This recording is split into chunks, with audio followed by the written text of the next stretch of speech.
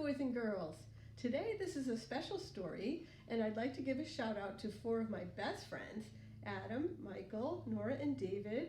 They're the ones that inspired me to do the story time to begin with. I hope they're listening.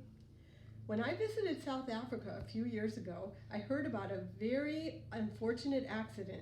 You see, there was this big boat, and it was called the Treasure, and it sank outside of the city of Cape Town where I was visiting. Unfortunately, when the ship sank, it caused a big oil spill, and that was going to ruin the home of their most special animal, the penguin. So what the people did was they took some of the penguins and they transported them by truck to a different place called Cape Elizabeth, hoping that once they had cleaned up the oil spill, the penguins would return home where they belonged. Let's read this story and find out what happened. It's called Peter, Pamela, and Percy in the Big Spill. You can't imagine anything sweeter. 3 African penguins, Percy, Pamela, and Peter. They are small, they are fast, and they come up to your knee. They eat fish. They're all black and white, and they live by the sea. The thunder was rolling and the lightning was crackling.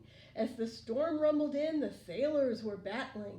The waves were enormous, well, so I'm told, and the poor Treasure, how she rocked and rolled. The wind blew a gale that pushed her to shore. It blew and it blew and it pushed her some more. But try as they might, the storm plundered on, and hope of saving the Treasure was gone. At last all was still, but do you know what they found? They found that the Treasure had run aground. She was stuck in the sand. She was stuck good and fast. It was clear she was going nowhere as every day passed. With every shudder and every shake, the hull of the ship started to break. Oh, the things it would ruin and the things it would spoil if the hull spilt apart and spilt all its oil. Heaps of penguins were out that day having fun when they came across oil, and oil by the ton. Peter said, "We'd better get out of the water real quick, else we'll swim slap bang into the huge oil slick." "This isn't good," said dear little Percy. "The oil is lethal. It has no mercy."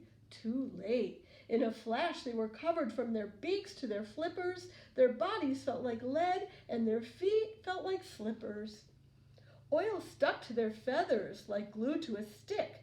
If they didn't get help fast, they'd get really sick. Help came in droves from near and from far.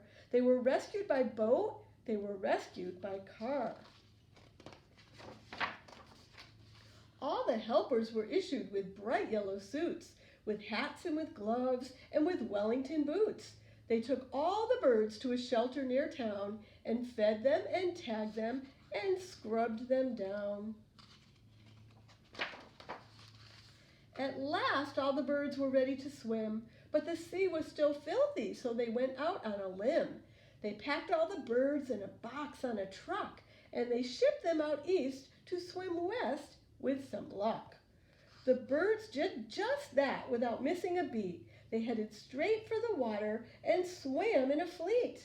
Penguins can't fly through the sky as other birds do, but my, they can fly through the water. It's true. They were swimming along when they got a huge fright. "Good grief," shouted Percy. "There's a great white." Pamela froze. "Don't worry," said Peter. "We'll swim deep down. He's a surface eater." They dived to the bottom and along they snuck. It seemed today that they were in luck. The shark looked so mean and he seemed to frown. He was terribly hungry, but he didn't look down.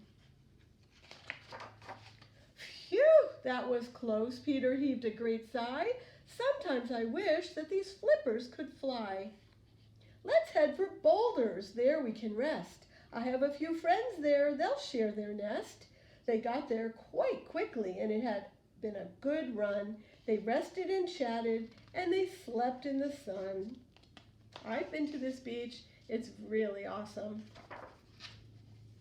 It was time to head on to get back on their feet. They cruised round Cape Point where the two oceans meet. Wow, chirped Pam, that's a tail and a half. It must be a southern right whale and her calf. With grace and with speed, they swam down the coast, back to Cape Town, the city they loved the most.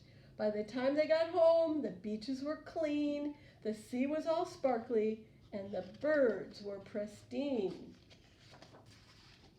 Their friends threw a party to welcome them back. They'd seen Pete on TV with his tracking backpack. What an adventure they'd had! How exciting! What fun! This was just the start. They had only begun.